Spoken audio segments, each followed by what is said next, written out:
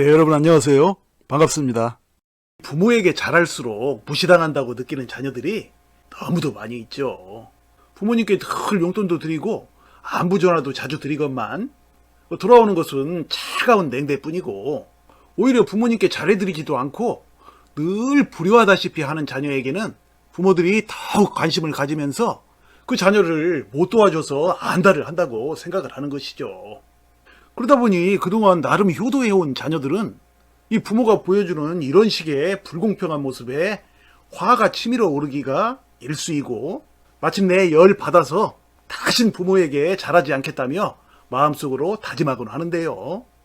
그러나 이 천성이 착한 이 자녀는 그것을 오래 지속하지 못하고 불과 얼마 지나지 않아 또다시 예전처럼 부모님께 잘해드리게 되니, 역시나 부모는 그 자녀를 변함없이 무시하거나 함부로 대하는 이 불공평의 악순환은 죽는 순간까지도 계속되죠.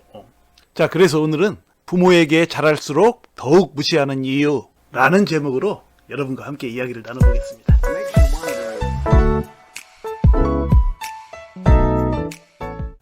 부모가 잘하는 자녀를 무시하고 오히려 못하는 자녀에게 관심을 가지는 것은 그저 자녀들의 느낌만은 아니며 분명한 사실이자 현실이죠. 부모가 왜 이런 행동을 하는지를 알려면 먼저 손님이 많은 바쁜 레스토랑에 가보면 그 이유를 알 수가 있습니다. 눈코 뜰 새 없이 바쁜 레스토랑에서 이 메모할 겨를도 없이 여러 손님들의 주문을 받아서 헷갈리지도 않고 실수 없이 정확히 처리하는 웨이터들을 보고, 그것이 너무도 신기했던 러시아의 심리학자 블루마 자이가르닉은 마침내 그 웨이터에게 질문을 하는데요. 조금 전에 옆 테이블에 갖다 놓은 메뉴가 뭐였나요? 라고 말이죠. 그러자 웨이터는 이 머리를 극적이더니 전혀 기억이 나지 않는다고 말하면서 스스로도 당황했다고 합니다. 이 심리학자는 이 사건을 계속 머릿속에서 지우지 못했고, 이후 몇 번의 간단한 실험을 거쳐서 결국은 하나의 원리에 도달하게 되죠. 인간은 완결되지 않은 문제는 계속해서 이 기억 회로에서 떨쳐내지 못하고 되뇌고 있기 때문에 완결 지은 일보다 더 기억을 잘 해낸다는 원리 말입니다. 반대로 이미 끝나 소용이 없어진 일은 이 기억 회로에서 깨끗이 사라지는데요.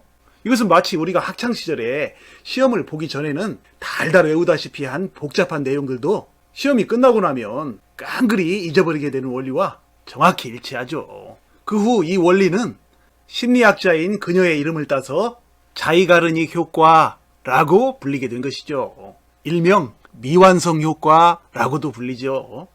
이러한 심리 효과는 부모 자녀 관계에 대입해봐도 분명히 알 수가 있죠. 그러니까 부모가 자신에게 용돈도 잘 주고 안부 전화도 자주 하는 등 잘하는 자녀를 무시하는 이유를 정확히 알 수가 있다는 얘기인데요. 그 이유는 바로 부모는 자신에게 잘하는 자녀를 이미 먹고 살만하며 마음의 여유도 있는 완성된 자녀라고 생각하여 제깍 머릿속에서 관심이 지워져 버리기 때문이며, 이어서 부모의 관심과 에너지는 부모에게 잘 못해주는 미완성의 자녀에게로 재빨리 옮겨가 버리기 때문인 것이죠. 그러니까 부모에게 잘하는 자녀는 마치 레스토랑의 웨이터가 더 이상 신경 쓰지 않아도 되는 완결된 주문품과 같은 것이고, 반대로 부모에게 못하는 자녀는 웨이터가 계속 관심을 가지고 처리해야 할 미완성의 주문품과도 같은 이치라는 얘기입니다. 그렇다면 이처럼 부모에게 잘하는 자녀만 더욱 무시당하고 부모에게 잘 못하는 자녀는 오히려 대접받는 심히 불공평한 상황들을 확실히 종식시키고 부모 형제 간의 진정한 화합으로 가는 방법으로는 무엇이 있을까요?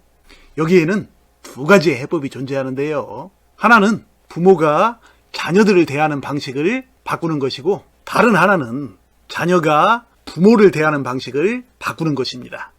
먼저 부모가 자녀들을 대하는 방식을 바꾸는 것에 대해서 말씀드리면, 부모는 자녀 앞에서 다른 자녀를 걱정하거나 안쓰러워하는 듯한 말과 행동을 일절 삼가해야 합니다. 왜냐하면 부모들은 대개 부모 자신이 자녀 앞에서 다른 자녀를 안타까워하는 듯한 모습을 보여주면 그 자녀가 공감을 해주거나 함께 걱정해 줄 것으로 생각하지만 실상은 정반대이기 때문이죠. 그러니까 그토록 열성을 다해 부모에게 잘하는 자녀의 안위를 걱정해주기보다는 오히려 부모가 딴 자식 얘기나 하면서 안타까워하면 자녀는 그런 말과 행동을 하는 부모에게 내심 서운해하다가 그것이 누적되어 나중엔 부모에게 모종의 배신감 같은 것을 느끼게 되고 마침내 그 형제 자매에게마저도 서서히 질투심이 일게 되어 이 부모 형제 관계가 점점 틀어지게 된다는 얘기입니다. 쉽게 말하면 부모의 그런 행위는 부모 자녀 관계를 망치는 것은 물론이고 본의 아니게 자녀들 사이를 서로 이간하는 결과까지도 가져오게 된다는 얘기죠. 그러나 많은 부모들은 자식이 좀 더 넓은 마음으로 부모를 이해해줘야지 그렇게 다른 형제를 질투나 해서야 되겠냐? 라든지 또는 안쓰러운 자식을 걱정하는 부모의 마음을 그렇게도 이해 못해주는 속 좁은 자식이 되어서야 되겠느냐? 라고 말하곤 하죠. 나 역시 그 말이 100번 맞은 말이라고 생각합니다. 자녀들이 그렇게 넓은 마음으로 부모 형제를 포용하는 것이야말로 최상의 아름다운 가족관계의 모습이니까 말입니다. 하지만 중요한 것은 불행하게도 이 세상의 대다수의 자녀된 자들의 본능과 심리 구조는 애초에 부모의 바램처럼 그렇게 너그럽게 설계되어 있지가 않다는 점이죠.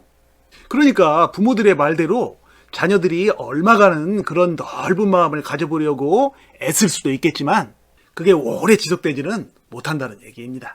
오히려 남 같으면 그냥 관대한 마음으로 이해해주고 홀을 털어버리기도 하지만 이 형제자매간일수록 그것이 더욱 어려운데요. 그 이유는 근본적으로 자녀들은 아무리 나이가 들어도 이 마음속 깊은 곳에서부터 부모의 사랑을 더 많이 차지하기 위한 끝없는 투쟁을 벌이고 있기 때문이죠.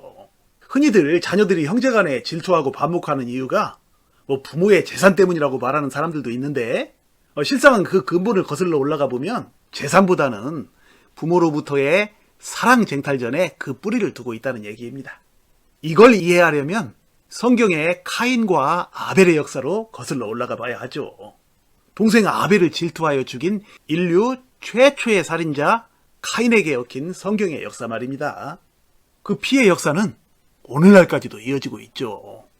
그러므로 형제간의 이러한 질투 본능이 부모의 타이르는 말이나 관대한 마음 갖기 등의 처방만으로는 결코 해결되기 어렵다는 것을 깨달은 부모님들이라면 최소한 부모가 나서서 이 형제간의 질투를 부추기는 말과 행동은 말아야겠죠.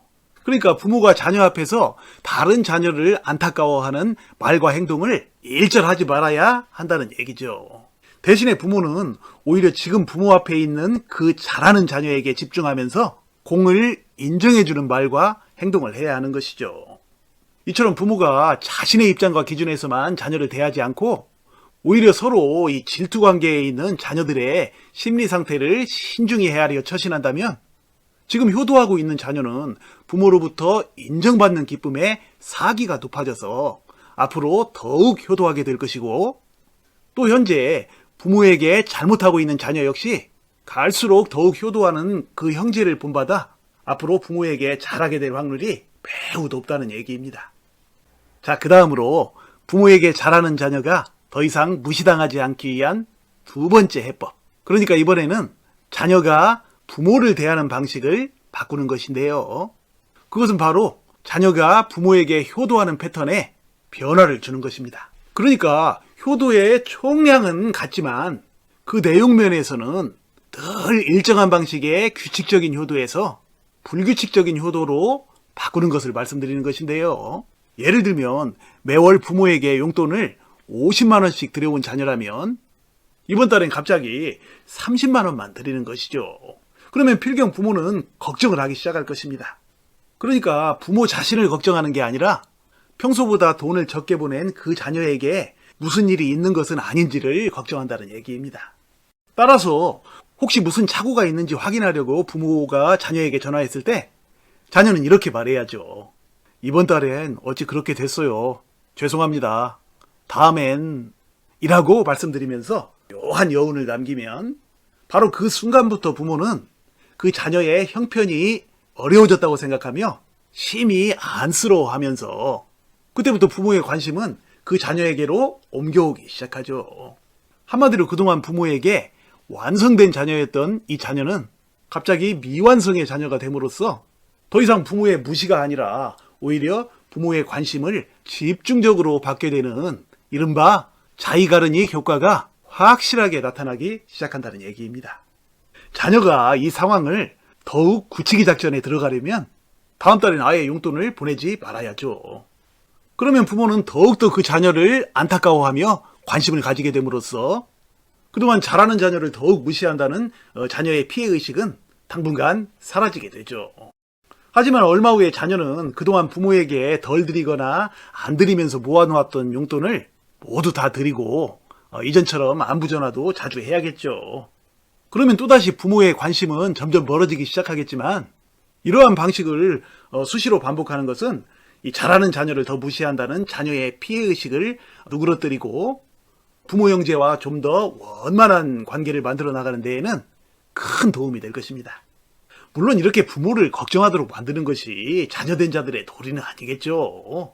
비록 부모에게 잘할수록 무시당할지라도 너그러운 마음으로 부모를 이해하고 포용하면서 변함없는 효도를 할 수만 있다면야 그보다 더 좋은 일이 없겠죠.